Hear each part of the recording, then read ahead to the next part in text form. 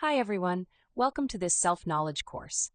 Today we will see the second topic of the course, a very interesting topic in which we will talk about the mysteries of death.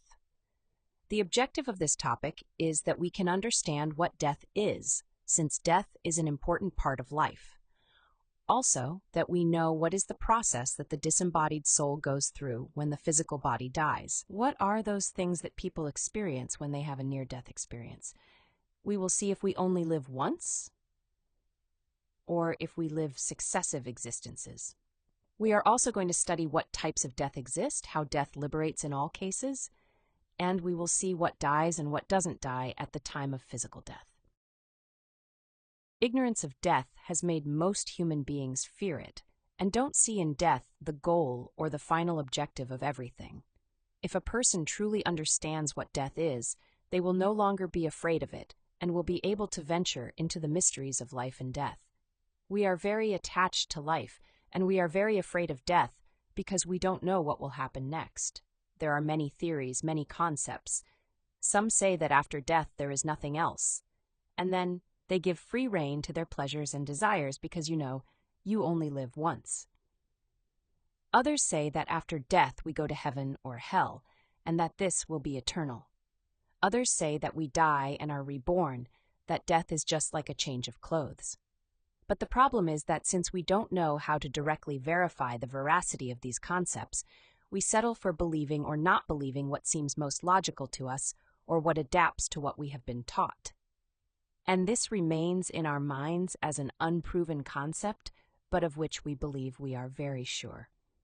So it is important that we start to develop conscious astral projection, to start doing this kind of research directly with the higher parts of our own being. And it is important to point out that everything that we are going to talk about on this conference and throughout this self-knowledge course can be verified by each one of you. Since the information we share is not intended to generate a concept in which you simply believe or doubt, rather, it is intended to motivate you to question yourself and move you to investigate for yourself. And in the next topic, we will talk about astral projection. We will teach how to achieve it, and we will see how we can corroborate all this information and many other things for ourselves. Let's see this. Once we leave the sacred absolute sun, which is that source or God where we all come from, and arrive at this physical manifestation, we are given 3,000 opportunities on the wheel of samsara to try to achieve self-realization. At each opportunity, we are going to create a soul, going through a process of evolution through the different kingdoms of nature, and upon reaching the human kingdom, we have the right to 108 human physical bodies. In each of those 3,000 cycles, we have the right to 108 human physical bodies. That means that we have the right to return in 324,000 physical human bodies, passing through physical death. All this will happen mechanically if we don't understand the importance of psychological death, which allows us to reach the intimate self-realization of the being in a single existence. The reason to live is to die, and we have no other task than this. You are born to die, and you die to be born. If the germ doesn't die, the plant doesn't grow. Death is only the end of something and at the same time the beginning of something, since life is tied to death, just as death is tied to life. But the important thing is to understand that death liberates in all cases. For this reason, it is important to know that there are 3 types of death, which are closely related to each other, and that one could not be studied without studying the other 2. One is the death of the physical body. Another is the second death. And the last one is psychological death. We are going to study each of them in detail.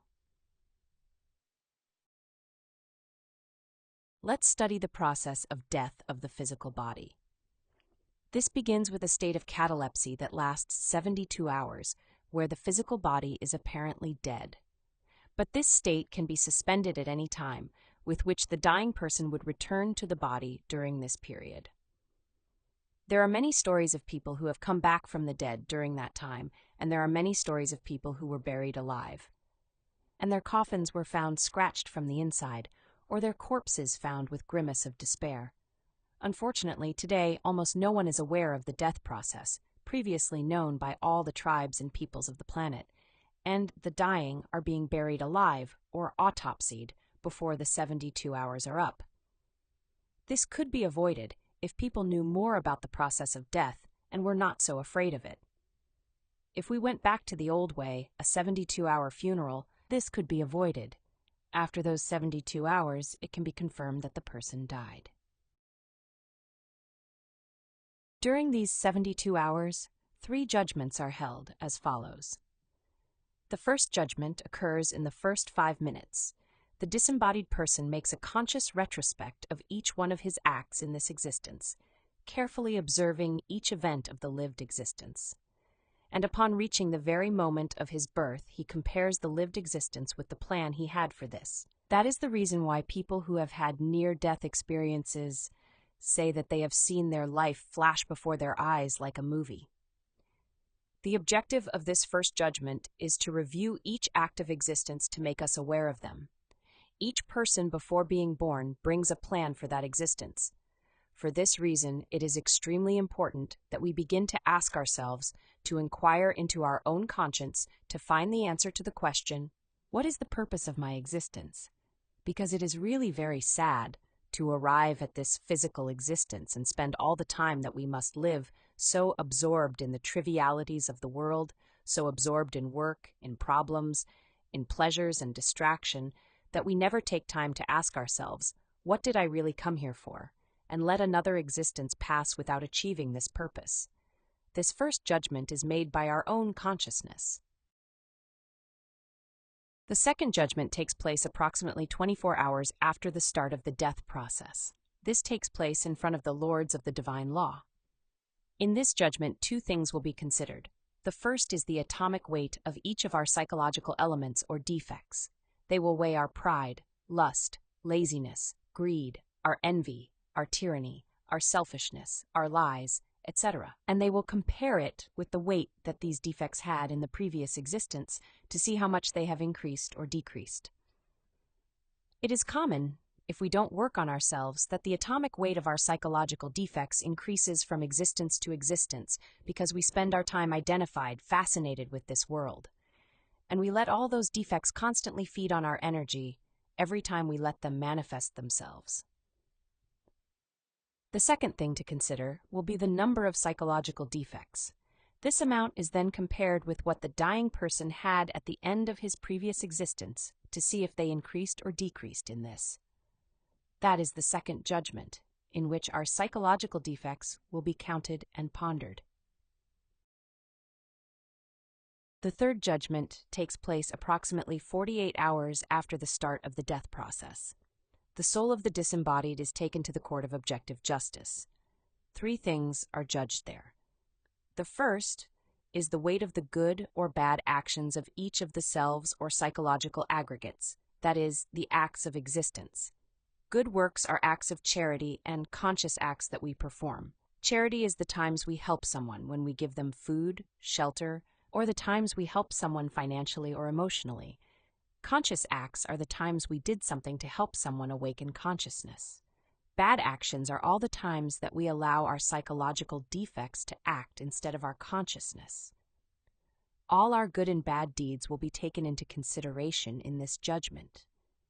We can see this judgment represented in this Egyptian painting known as the Judgment of Osiris, which represents the soul of the disincarnated being taken by Anubis before the court of divine justice. There we see a scale where the heart is weighed on one side, and on the other is the feather of truth. The second thing that will be judged here will be the number of times that each of these psychological defects manifested itself in the existence. And the third thing will be the measurement of the fire in the spinal cord. With this, they would see if this person worked on suprasex, raising the sexual energy or kundalini through the spinal column or not. At the end of this process, the addition and subtraction of broken is made, with which several things will be determined. The karma that this soul will endure in its next existence. Also here the electro-psychic design of the new personality will be determined. All this if the person has the right to a new existence. If he hasn't exhausted his 108 existences as a human yet. After this trial, Anubis, the hierarch of objective justice, orders the angel of death to cut the silver cord of the disembodied and that he be released from his physical body. But before proceeding, the angel of death asks the divine mother of the dying person for permission. If authorized, he takes up to 24 hours to cut the silver cord with the death ray. But if the divine mother doesn't authorize the death ray, because she considers that there are still things that the person must live, experience, or fulfill, or decides to give him another chance to achieve the purpose of his existence, then the person would return to the physical body before those 72 hours.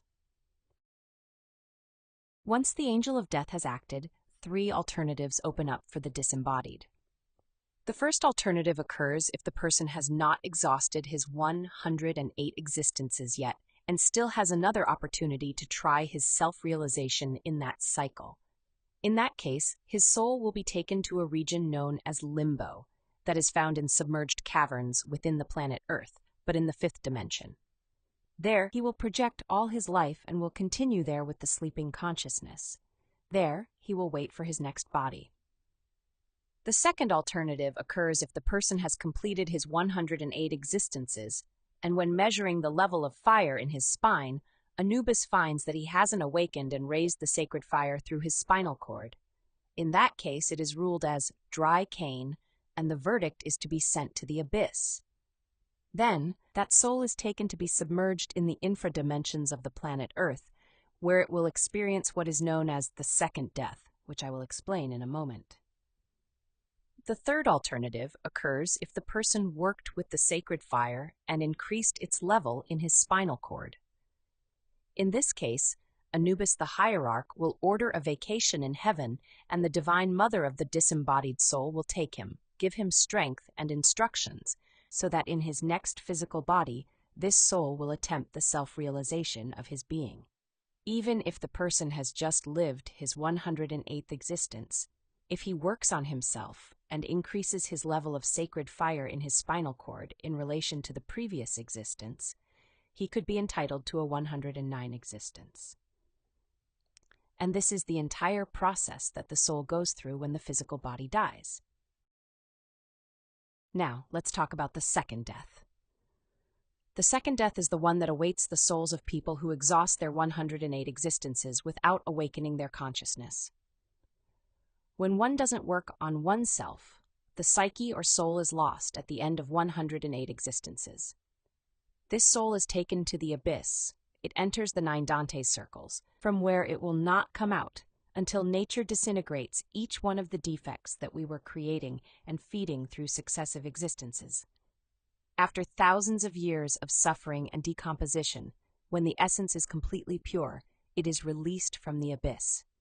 The essence emerges completely liberated into the light of the sun, where it will begin a new evolution, starting again from the mineral kingdom, a new cycle in the wheel of samsara. This step is called the second death, and it is the way in which our essence manages to free itself from the ego, but without rescuing the wisdom and love that is rescued when we do the work of disintegrating our psychological defects voluntarily in one of our 108 existences. Now let's talk about psychological death. It is the third type of death, and it is the most important one, since it is the one that will free us from the death of the physical body and from the second death. In addition, this death is what will allow us to free ourselves from suffering, misery, and the constant slavery to which each of our psychological defects subject us. We have within us millions of psychological defects that lead us to make mistakes, to harm others and ourselves, and that don't allow us to awaken our consciousness. Every time we let one of these negative ways of being manifest, it steals our energy. That leads it to grow bigger and gain more power and control over us. For example, if we have allowed ourselves to experience states of anger, impatience, quarrels, intolerance, and resentment for a long time, the defect of anger will grow to the point where it will control us for longer and longer periods of time, and we will come to define ourselves as an angry person. The same with sadness. If we constantly let pessimistic thoughts, feelings of desolation, anguish, and bitterness manifest in us, that defect will grow until we become constantly depressed people. The same goes for all defects like drugs, lust, pornography, adultery, envy, criticism, greed, theft, violence, etc. The more energy a defect has trapped, the more it can enslave us. Thus, psychological death frees us from the constant slavery in which the various selves or ways of being have us. We have millions of psychological defects that manifest in our daily lives and drain our energies permanently and unnecessarily. There are defects of all kinds: anger, impatience, irritability, greed, ambition, worry, deceit, lies, fear, jealousy, lust, fornication, adultery, vanity, self-love, self-pity, suffering, pride, ill will, discouragement, antipathy, disgust, laziness, idleness, curiosity, theft, deceit, laziness, begging, waste, alcoholism, drug addiction, degeneration, masturbation, gluttony, envy, etc., etc. As the Mantuan poet said, even if we had a palette of steel and 1,000 tongues out, we wouldn't be able to enumerate them all. Each of these psychological defects has captured a small portion of our consciousness, which is what gives it life. When a psychological defect dies, the trapped spark or consciousness, which is the real part of it, is released.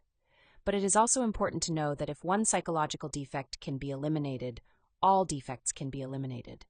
If we can free one spark of darkness, we can free them all. If we free ourselves from all our psychological defects, we will have recovered all our consciousness and integrated our own being, achieving sacred individuality.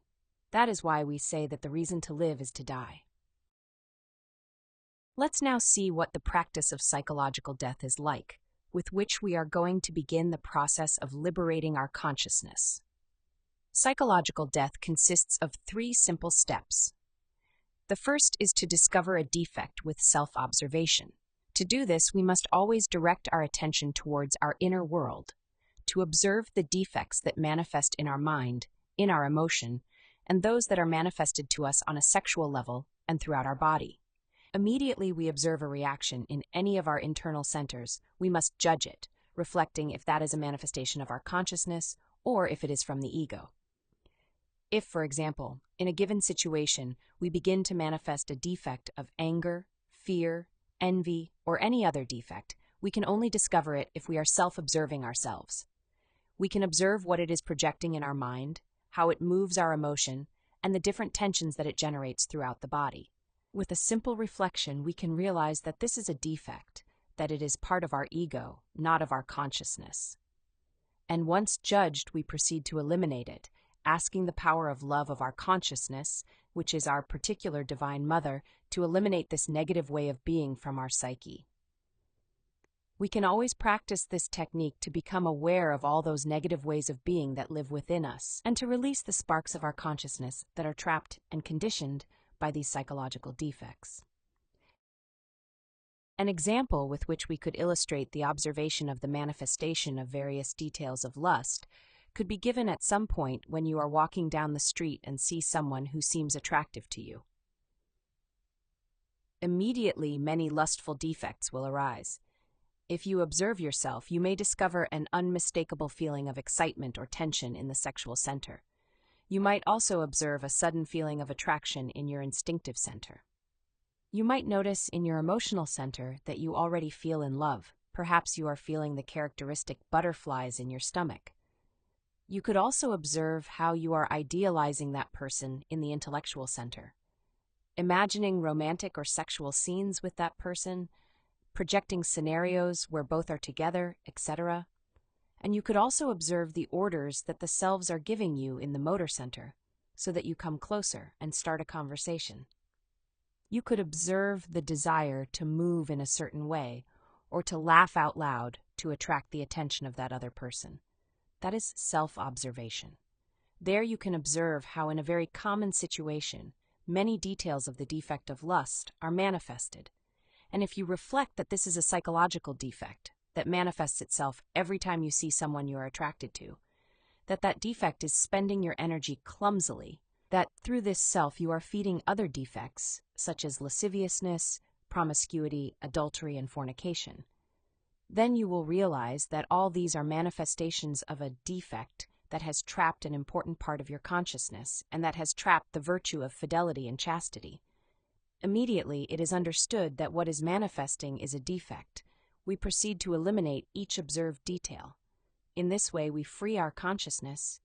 Since the idea is to remain in a state of self-observation throughout the day to discover the details of anger, impatience, anxiety, sadness, envy, jealousy, laziness, etc., that manifest themselves at all times and in every situation of daily life, and go asking your Divine Mother to eliminate them, because the greater the number of defects eliminated, the greater self-awareness. In addition, having these understandings will lead you to your own knowledge. It will lead you to know yourself deeply and make radical changes in yourself. I invite you to try psychological death. Self-observation, discover the defect that is acting, judge it until you understand that it is a defect, and then beg the Divine Mother for its elimination to free yourself from all those psychological aggregates that maintain your consciousness asleep. Now, to finish this topic, let's see what dies and what doesn't die with the death of the physical body. What is it that die? Together with the physical body, the vital body and the personality are the parts that die at the end of an existence. What is it that doesn't die? We must know that the essence or consciousness of each person is immortal. It is the only real and true thing of ours. It never dies. It is the part of God of each one. But also, the psychological elements in which our essence or consciousness is bottled come back from existence to existence and are strengthened in each one of them. And they don't die when the physical body dies because they have an immortal essence trapped inside that gives them life. So they will only die when in one of our 108 existences as humans, we decide to do the work of consciously eliminating them by practicing the psychological death. But if we don't willingly eliminate them, they will eventually disintegrate into the abyss when the second death is complete. If we do this work of eliminating all our psychological defects, of liberating all our consciousness that is trapped in our ego by practicing psychological death, and we make this liberated energy rise up our spine with the practice of suprasex that we learned in the previous topic, creating with this our existential bodies. And we develop conscious love towards all humanity by helping them to awaken their consciousness, we will achieve the purpose of our existence, and death will no longer be able to reach us. We will become immortal beings with awakened consciousness, and we will be freed from physical death and the second death, and we will ascend to higher worlds of consciousness. This has been today's topic. I hope it has helped you to understand some aspects of death, to understand that death is not something to fear, since it is as natural as being born. And I hope that it has motivated you to want to investigate these things for yourselves. I invite you to the next conference, where we will be talking about conscious astral projection. We will study everything related to this very important practice, and we will see how we can achieve it. Thank you for participating in this topic. Until next time.